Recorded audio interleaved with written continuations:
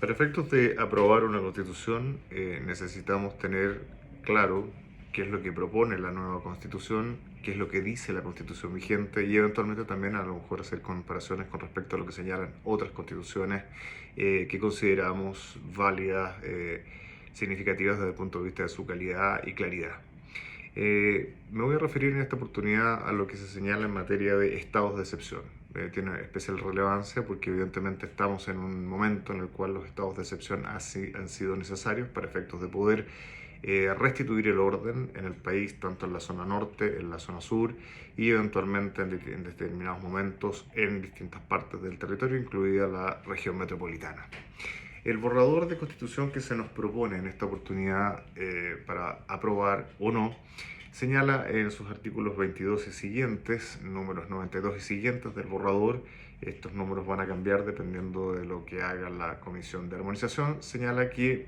como estados de excepción pueden suspenderse bajo ellos o limitar derechos y garantías constitucionales bajo tres situaciones en concreto o particular: el conflicto armado internacional, el conflicto armado interno, se elimina la grave conmoción interior que está contemplada en la Constitución vigente,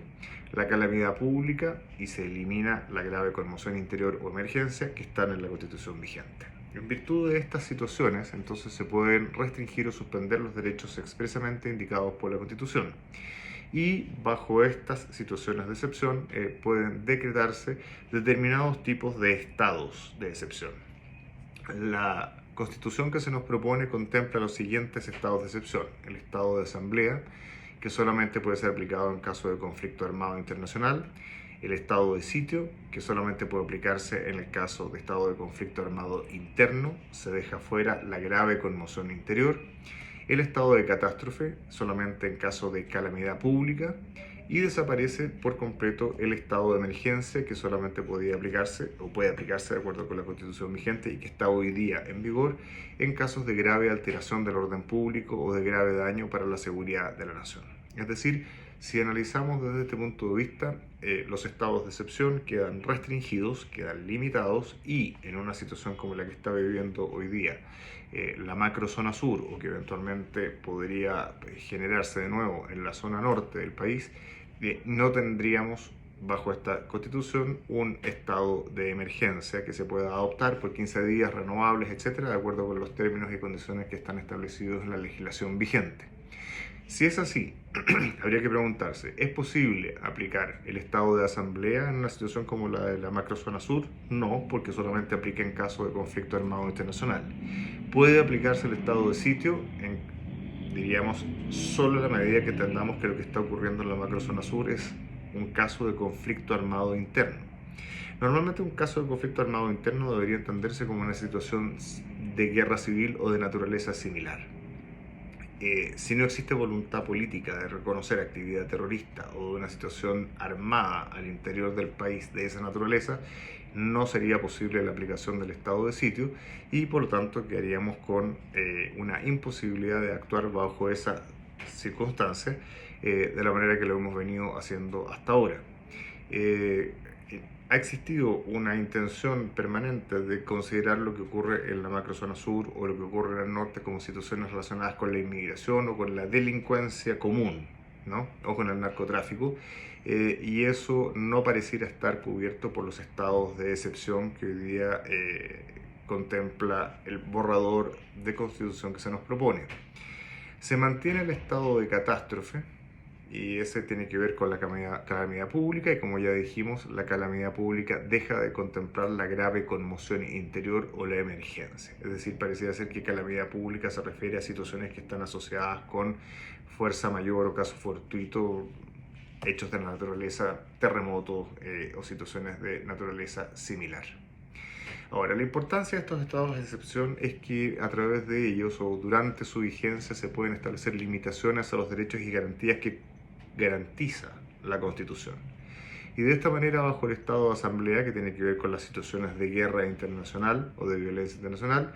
se puede restringir la libertad personal, el derecho de reunión, la libertad de trabajo, el ejercicio del derecho de asociación, se pueden interceptar, abrir o registrar documentos y toda clase de comunicaciones, es decir, restringir la privacidad de las personas y se puede disponer requisiciones de bienes y limitar el ejercicio del derecho de propiedad. Esto es lo mismo que hoy día contempla la Constitución vigente. Es decir, bajo estado de asamblea tenemos una situación regulada de manera similar. Con respecto al estado de sitio, que tiene que ver con situaciones de guerra interior dentro del país, no por acciones de una potencia extranjera, se contempla restricciones a la libertad de movimiento y se elimina el arrestar a personas en sus propias moradas o lugares que la ley determine y que no sean cárceles ni estén destinados a la detención o prisión de reos comunes. Es decir, se restringe la libertad de movimiento, pero no se dice de qué manera. ¿Ya? Antes por lo menos se decía restringir libertad de movimiento y se establecía la posibilidad de arrestos, que son medidas provisorias en lugares que no sean cárceles o donde no haya contacto entre las personas arrestadas y reos comunes.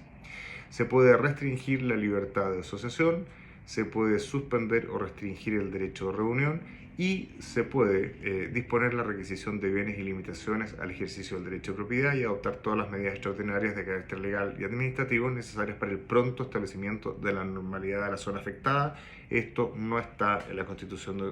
hoy vigente para efectos del estado de sitio. Cuando nos referimos al estado de catástrofe, tenemos entonces restricción a la libertad de locomoción, libertad de reunión, la disponer requisiciones de bienes y limitaciones al ejercicio del derecho de propiedad y otras medidas de carácter extraordinarias de carácter legal y administrativo necesarias para el pronto restablecimiento del orden que está afectado por la situación de catástrofe. Aquí no tenemos mayores diferencias con la normativa vigente. Desaparece el estado de emergencia, hoy día vigente en la macrozona sur, y bajo ese estado de emergencia la Constitución vigente permite establecer restricciones a la libertad de locomoción y a la libertad de reunión. Señala el borrador que en todo lo no establecido por la Constitución respecto a estos estados de excepción, ellos van a ser regulados por ley. Importante señalar que todo lo que tiene bajada de ley en el borrador de Constitución que se nos entrega tiene que ver con leyes que tienen quórum especiales bastante menos significativos en cuanto al número que los que se establecían en la Constitución vigente o se establecen en la Constitución vigente para efectos de temas de ley que tienen alguna relevancia significativa. Y esto evidentemente tiene relevancia significativa por cuanto afecta los derechos y las garantías que están consagrados en la Constitución. En la Constitución vigente, lo que se establece es que estas características de los estados de excepción van a estar establecidos por una ley orgánica constitucional que tiene unos quórum especiales de aprobación y un rango especial. Esto es eliminado y se lleva a ley normal y simple. Con respecto a su aplicación y ejercicio, debe rendirse cuenta y fiscalización, y aquí entonces se agrega en el proyecto que habrá una comisión de fiscalización que va a estar dependiendo del Congreso, de los diputados y las diputadas, cuya composición será paritaria y plurinacional. Nuevamente se insiste en el tema de la plurinacionalidad, el carácter de paridad en términos de género, y va a estar integrada esta comisión de fiscalización sobre los actos y sus consecuencias que se realicen bajo los estados de excepción por diputados, diputadas, representantes regionales y representantes de la Defensoría de los Pueblos en la forma que establezca la ley. Nuevamente aquí se le da a los pueblos originarios una representación especial, pero es la ley la que va a determinar, por lo tanto no sabemos cuál va a ser ese grado de representación, y en el escenario en que hoy día nos encontramos con el conflicto que existe con ciertos grupos armados de estos pueblos indígenas en el sur de Chile, evidentemente que tenemos dudas o surgen legítimas dudas respecto de ¿y qué va a pasar con esa ley en cuanto a la integración? Porque si uno es juez y parte en una instancia de fiscalización de esta naturaleza, evidentemente podrían en determinados escenarios estas medidas adoptadas bajo estados de excepción ser cuestionadas de manera significativa. Se establece también en este capítulo de esta materia que las requisiciones dan lugar a indemnizaciones conforme a ley. Esto también está establecido en la Constitución vigente, pero se elimina el derecho a indemnización proveniente por las limitaciones que se impongan al derecho de propiedad cuando importe en privación de alguno de sus atributos a facultades esenciales y con ello se cause daño. Es decir, esa protección adicional que hoy día, o que existe, perdón, en la Constitución vigente, se elimina en el borrador. Aquí hay que tener claro cómo funcionan los dos regímenes, en qué cosas se agrega algo, en qué situaciones se elimina algo, y tenemos entonces que determinar si una u otra fórmula es mejor. Personalmente, me parece que el sistema que teníamos de estados de excepción vigentes bajo la presente ley era perfectamente razonable en cuanto a los plazos, la forma de adopción, el alcance y cobertura que ellos tenían, la forma de su ejercicio. El nuevo borrador de constitución que se nos propone para aprobar o no aprobar,